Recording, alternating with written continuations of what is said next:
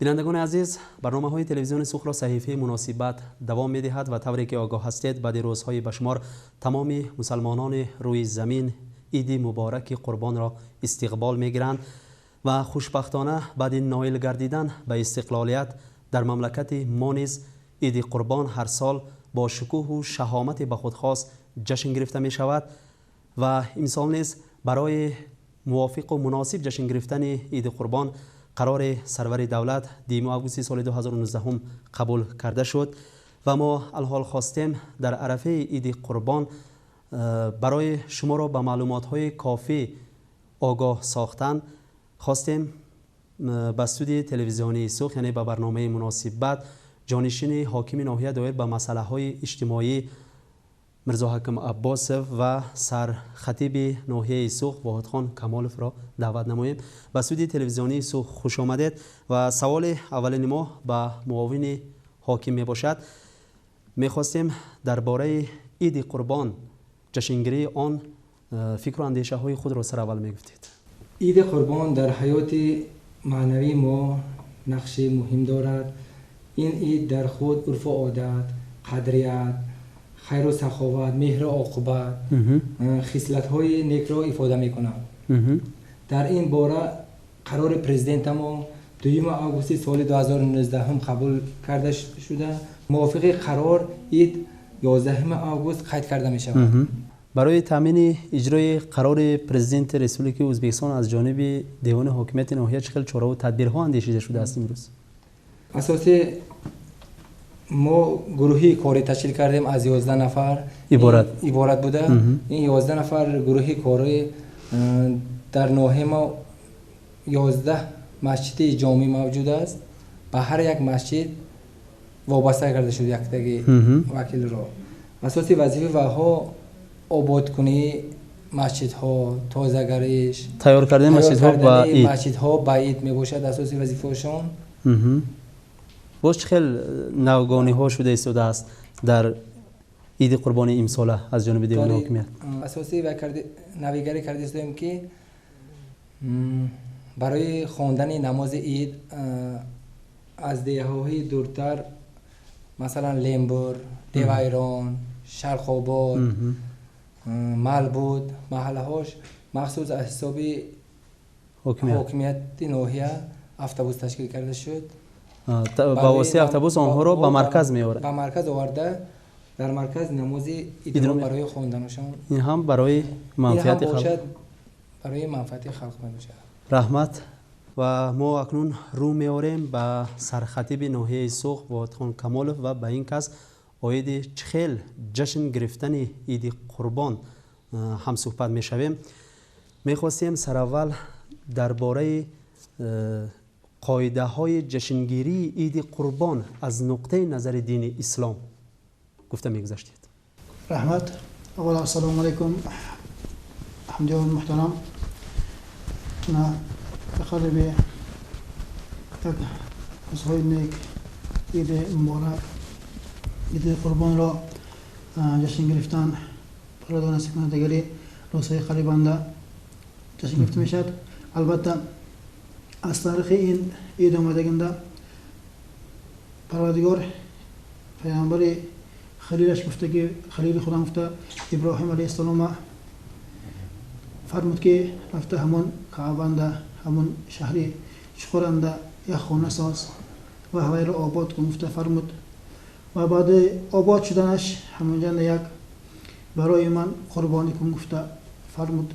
از همون تاریخ آمده تا حال در روی زمین مسلمان های عالم همون فرمایش الهی که از ابراهیم علیه السلام سر شده تا همه بعد برگشتگی پیغمبران همه‌شون به اخیر بودگی و پیغمبر ما حضرت محمد صلی الله علیه و سلم این عید را برای جشن گرفتن پروردگار فرمایش دادگی.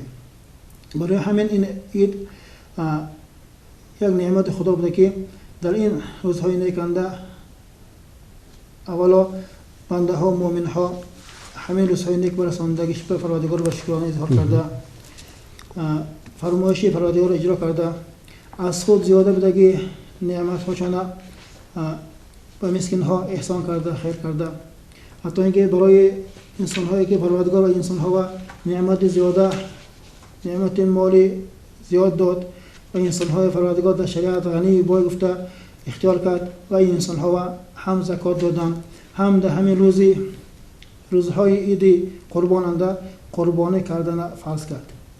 این قربانی فقط برای یک خاص چیز نه.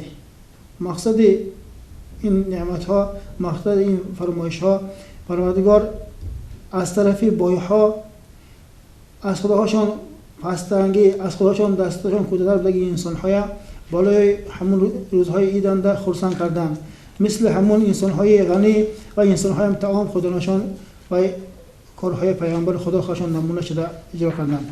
در اول اسلام پیامبر خدا قربانی کردند و همه گوشت قربانی محله و مسکین‌ها تقسیم کردند. سال رفته نصفش، سال آخری حیاتشان ده کدام انسان خواهد احسان کند، خواهد خواهش گرفته موندند، چون که مسلمان‌ها باعث شده بود.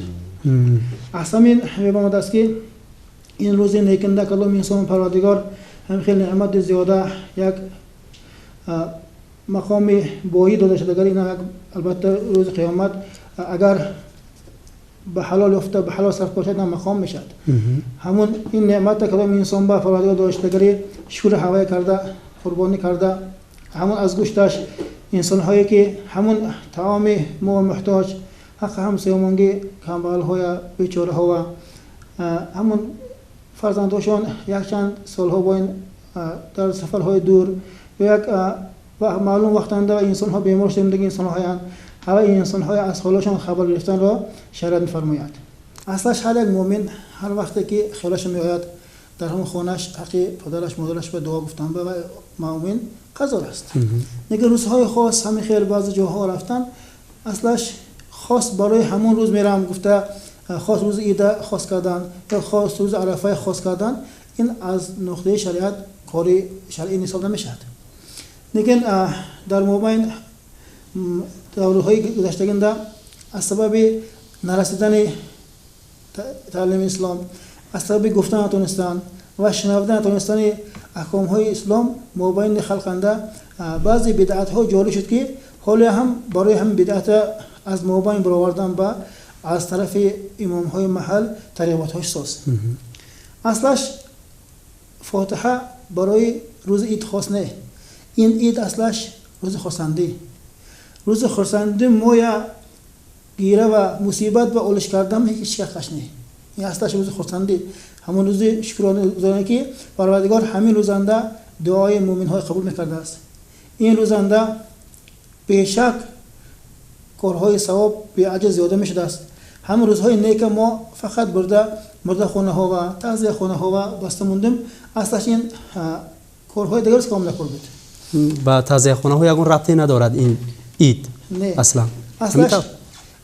این عید مردن نیده، عید زنده ها.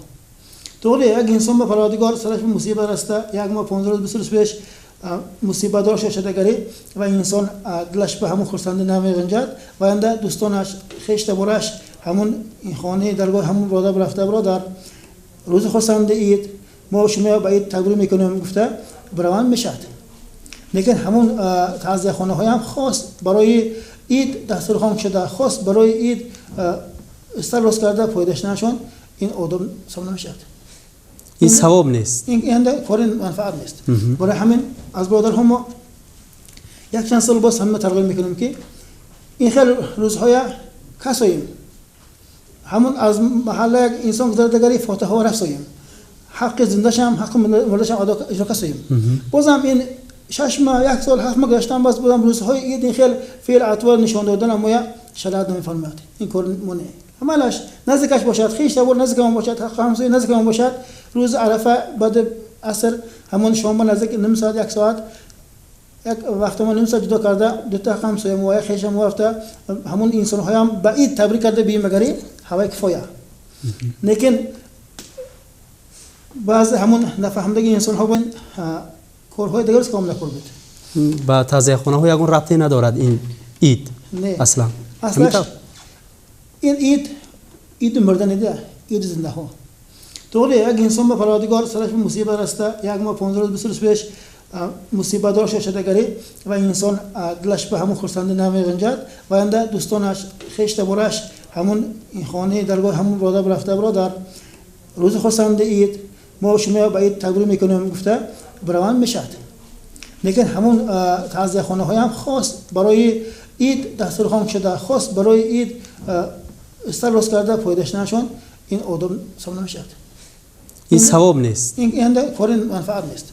برای همین از برادرها ما یک چند سال باز همه ترغیب میکنیم که این خیلی روزهای کساییم همون از محله یک انسان گذردگری فاتحه و رفساییم حق زندهش هم حق مردش هم اجرا کساییم. بازم این 6 ماه 1 سال 7 ماه گذشتن باز بودم روزهای عید این خیلی فعل اطوار نشان دادن اما شرایط نمیفرماید این کار مونه عملش نزدیکش باشد خیش تبور نزدیکمون باشد حق همسایه نزدیکمون باشد روز عرفه بعد عصر همون شام نزدیک نیم ساعت 1 ساعت یک وقت ما نیم ساعت جدا کرده دو تا همسایه مو خیش مو رفته همون انسان ها هم به عید تبریک کرده بی مگری هوای کفایه. لیکن بعض همون نفهمدگی انسان ها با این روزهای عید هم 4 کس 5 کس شده یک ماشینه بانک کرده محل با محل گشته فاتحه خواندن این کاری خوب نیست. کار نیست. این اندام ثواب میگیرم افته معلومات کشم میکنم. در روز عید چی باید کرد؟ اون مردم چی کنند؟ با کدام کارها مشغول شوند؟ به یک کار مشغول شود که همون کار مشغول شدگیش فرد و انسان منفعت دهد. جای همون عملی ثواب باشد. جای تعزیه خانه و بیمارهای خیش تبول خواشه پدر مادر خودش یک خیش تبول خواشه زیاد کند زنده های زیاد کند دعای حقیقی گرد حقیقی دعا و هوای انسان ها دایخان هوای انسان های خواش دعا شکنن کن بیمار ها هم هایند که ما اگر خیالمون نبیاد اگری اسممون نمیاد همون وای زیاد نمیکنیم الان روزهای مبارک انده هوای انسان های دعاش بهره میشه مگر هوای نکتر است تونم یک مروت کرده یک محل مونگی کم تن به یک دستفال حقوق کنم قربان میکرده که انسان های حاصل ما میگیم که از 3 قسم مولات احسان کن. درست میگه در حقیقت هر خیر و احسانی که کرد در راه خدا باید کرد و با دل و نیتی پاک و راست کردن لازم است و اطمینان داریم که بینندگان عزیز از این صحبت ما درباره چخیل جشن گرفتن عید قربان با معلومات های کافی صاحب گشتند. بار دیگر به استودیوی تلویزیونی سوخ خوش آمدید. برای صحبت پرمضمون تشکر. برنامه های تلویزیونی سوخ دوام دارد، شما ما را ترک نکنید.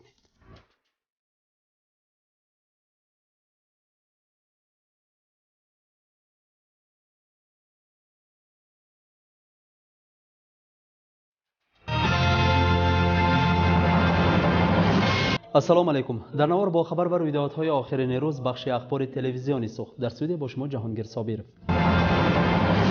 بارها گفته ایم و باز میگویم که در مملکت ما منفعت انسان از هر چیز بالاست و قدر انسان بلند می باشد.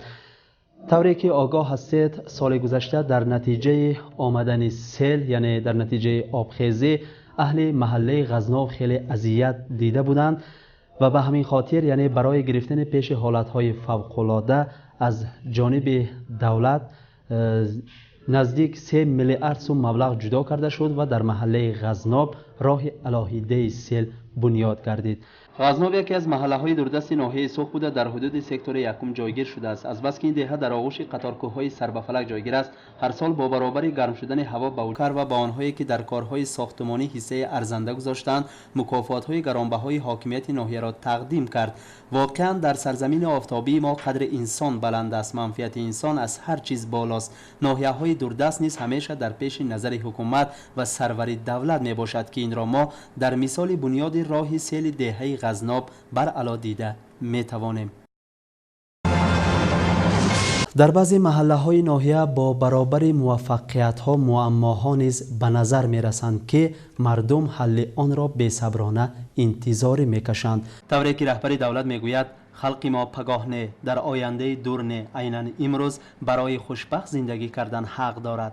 در چنین کوچه های چنگالود به آب نوشاکی زندگی کردن مشکل است و این واقعاً به عرض و شکایت و ناراحتی و ناراضگی مردم سبب می گردد. از محله دیگر یا از کوچه دیگر آب کشانیدن زنان و نوعروسکان در سرمای تابستان شاید دشواری ندارد، اما در زمستان سرد اذیت کشیدن آنها عین حقیقت است. عنوان تلویزیون سرخ از نام ساکنان محله حضرت علی و سرکنده مراجعت افتیده بود و از روی مراجعت به ما معلوم گردید که در مابین دو محله کوچه هست و این کوچه دو نام دارد، بلقچی و حقیقت، و نیم این کوچه به محله حضرت علی تابع است و نیمش به محله سرکنده. در اینجا یک چند معماها موجود است و اهالی با امید به عنوان تلویزیون سرخ برای برطرف نمودن معماها مراجعت کردند و ما از روی مراجعت حالت را آموخته ایستادیم و الحال در همان کوچه قرار داریم و بهترش معماها را از زبان ساکنان همین کوچه میشنویم. خودتون رو شناس کنید. من دوباره محمد جان در محله به نام حضرت علی زندگانی میکنم. کوچه ما دو نام دارد، یکی حقیقت دیگری بلقچی. من خواهش میکنم از نام همه کوچه خواهش میکنم که یک نام شود و کوچه ما اسفال شود. معما هست، معماها رو نمبر کنید. معماها یکم کوچه ما رو اسفال کردن در کار، دوم معماش آب نوشابه نیست و آب نوشابه تامین کردن در کار، سوم سمسوفایی که کایها شنونده بودند اوجه از در حالت خراب است. ما بعد دسترس شدن مراجعت استقامت کنندگان کوچه مذکور حالت را آموختیم. چطوری که دیدید به اهل این کوچه هم صحبت شدیم، به رهبران اداره آب و قوه برق و رئیسان محله های سرکنده و حضرت علی مراجعت کردیم. آنها نیز به منزل ما رفته آمدند و به مراجعت اهالی چنین پاسخ دادند. مراجعت به اساس نه، این مراجعت اساسناک سببش اینکه این مابین دو محله، محله سرکنده و محله حضرت علی همون کوچه استقامت میکردگاه 18 نفر خوجلک 18 تا خاندان هستند. از این 12 نفرش سرکنده و از روی خاک گذشتگی، خوجلک سرکنده از روی خاک گذشتگی، 7 نفرش از ما، 6 نفرش از ما. اگر مراجعت اینها اومده استم از مراجعتشون اساسناک ایچملیک سو معماش به گفتگوشان این اساسش هست. اینا ما همون محله حضرت علی سو کتی ایچملیک آب نوشابه کتی تامین میکردگی نسوس کلان که در جمعی شهروندان سر بلورچه واقع است و در تدبیرکار خصوصی بود. حاضر من یک ماه شد که اینا تدبیرکار با خواهش خودش نال قیمتش به حاکمیت بداد. حاکمیت ساختمان حکومت ما قرار برآورده سوقها بالانس بگذارونن، سوقها بالانسش بگرفتن. من مرتضی شدی و هاشون متخصصشون اومدن. الکی از 1 اوگوست حضرت علی جمعی شهروندان حضرت علی چمنی سوق کده پر آب نوشابه کده تامین شدین. حاضر اگه همینجا اومده همون کوچه‌ای که اینها میگن اراسوتان مونده کوچه، حقیقتا این بی اساس نمیگم، همونجا یک خبر ناسوسه. خبر ناسوس از مرتضی شدی که فهموندم اینا تعمیر کرده، یک 2 روز 3 روزانه همون کوچه آب نوشابه که تامین میشه. من دیگه بعد 2-3 روز بعد 2-3 روز اکن این حرکت همون خادمای سوقها بالغ چیز وابسته اکن این چیز. اگر دیگه معماشون الکتر انرژی ما چخر که دیده استوده دم سیمیاواشا همش این طلب جواب نمیتونه گفته این طلب جواب میتونه فقط یک تا معماشون یک تا فخاره خونهشون که گذشتگی بده است این سم گذشتگی همون درخت شاخش رسیده خاندانانگه همون تلویزیون و خالدیانیکو از کار برآمده گفته شکایت کرد. اینام معموش حل شد. در داخل همین محله حل میشد. در داخل محله حل شد. من فخروی سخاوتمند همون کوچنده فخروی سرکنده احمدف اکو قاسم همون کابل از صبح خود 80 متر کابل گرفته دوده همون کوچه خصوصیاتش از معمولیت برطرف کرده. از این برمیاد که معمای قوه برق در همون باسه و حرکت محله هر دو محله حل کرده می شود. آب نوشابه من رهبری سوقه همینجا هستن، آب هم حل شد. معمای دیگر این دیگرگون کردن نام کوچه و یک نام گذاشتن، چون که در این کوچه دو نام دارد، حاضر بلقچی و حقیقت و این البته موافقت نمی کند این نام. حتی از این رو اهل کوچه خواهش دارند که نام کوچه را یا اتفاق یا آزاد یا اینکه دوستی گذارند. نه خدا خواهد ما هر دو محله سرکنده محله حضرت علی ما از همون سوق پیدا شده است همون کوپرک سر میشه تا سر بزرگچه همش یک تا نام داشته.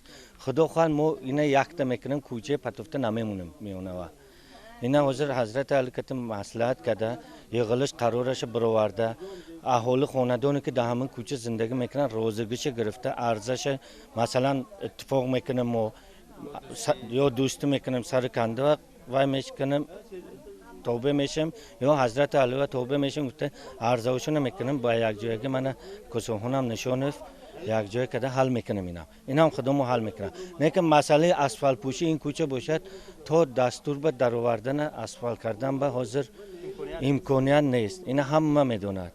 ما میبینیم که در محله حضرت علی از جانب حامیان کارهای آبادانی اوج گرفته است. اسفالت کنی کوچه ها از هر دو محله حامی ها پیدا نمیشن که همین کوچه رو البته این کوچه عملی یاردم میدیم همون اسفالت کردن ما از جانب سخاوتمند تدبیرکاران ما حرکت کرده اسفالت پوش کردن ما وعده میدیم. من دستور رو منتظر نمیشیم و دستور رو منتظر نمیشیم و همه مشکلات خلق آسان میکنیم. البته این خلق روزی شود این خدا روزی گفته پرزیدنت ما میگم. آب منبع حیات است. به آب زندگی را تصور کردن مشکل است، اما اهل این کوچه چند است که از نبودن آب نوشاکی اذیت میکشند. در این کوچه 18 خاندان موجود بوده، متاسفانه یگان عدد میل آب وجود ندارد. خوش برای چه؟ این معما کی حل خود را مییابد؟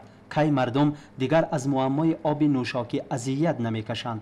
به این سوال ها سرمهندس کارخانه آب ناحیه چنین جواب داد. سر کندنده همین معمای آب نوشاکی دیده برامسیم. من برای خلق این معما یک خیالی شده موندگی، معماها حل نشده موندگی.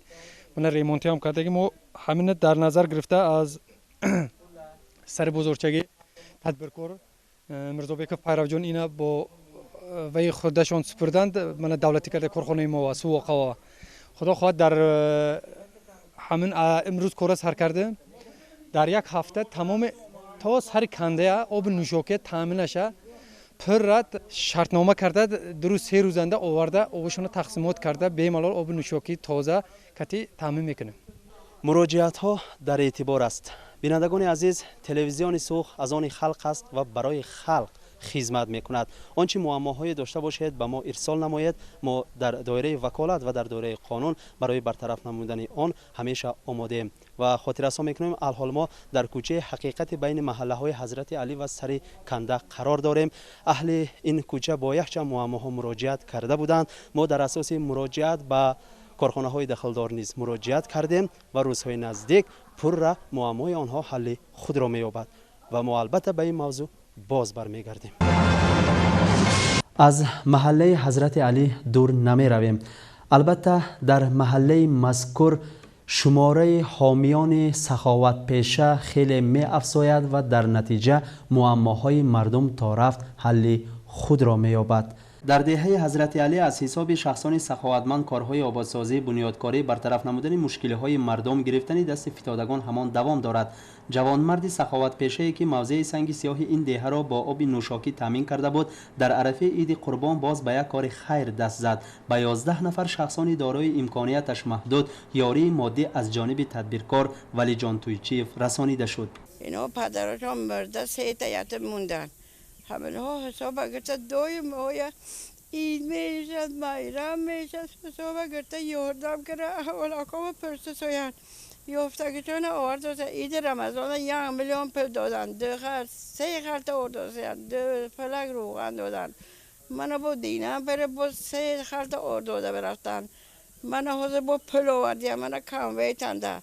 گرفتن دست فتادگان بزرگترین عملی ثواب است میگویند اهل ذکر. در حقیقت این عادت، این خصلت نجیب خلق ما را خاص بوده. از ازل دست همدیگر را میگیرند و شخصان کم تامین را دستگیری میکنند. از جانب این تدبیرکار به 1 نفر شخصی دارای امکانیتش محدود خانه استقامتی ساخته می شود که کارهای ساختمانی قریب که به انجام رسیده است. یاری مادی از جانب این تدبیرکار نه فقط به شهروندان محله حضرت علی بلکه به استقامت کنندگان دیگر محله ها نیز داده شد. این کار خیر و ثواب دل شکسته شخصان دارای امکانیتش محدود را لبریز از شادی و فرح ساخت. بگذار شماره شخصان سخاوتمند افزاید و تعداد اشخاص دارای امکانیت محدود کم گردد.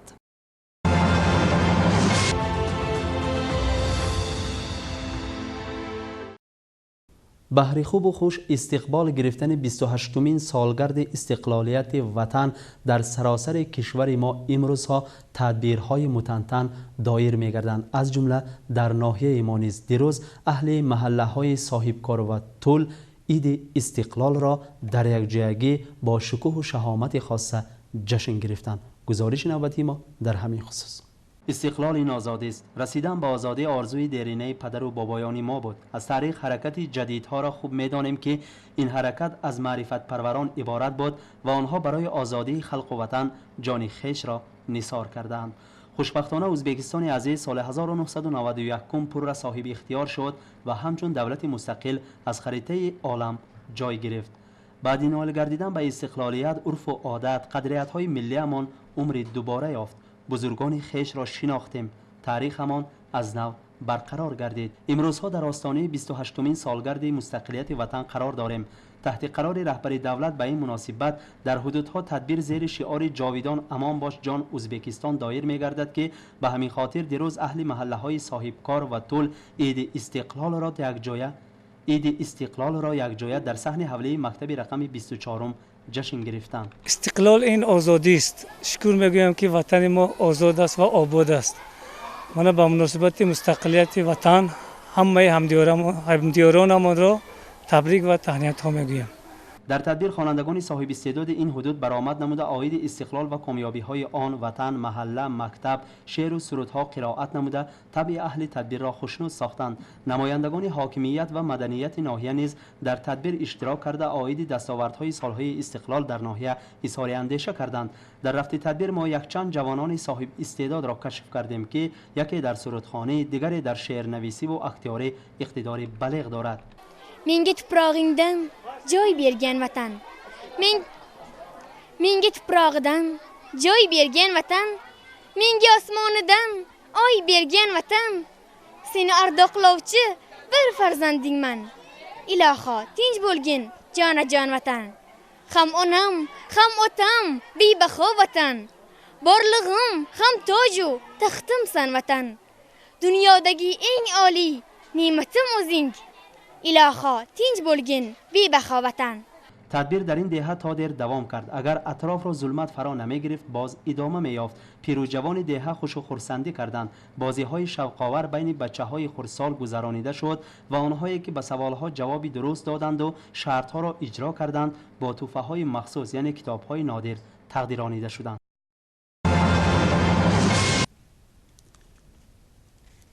این بود بخش اخبار تلویزیونی صبح که شما توسط آن با خبر و رویدادهای آخرین رو شناس کشید و در همین جا به بخش اخبار حسنی انجام میبخشیم. خیر سلامت باشید و با برنامه‌های تلویزیونی صبح بمانید.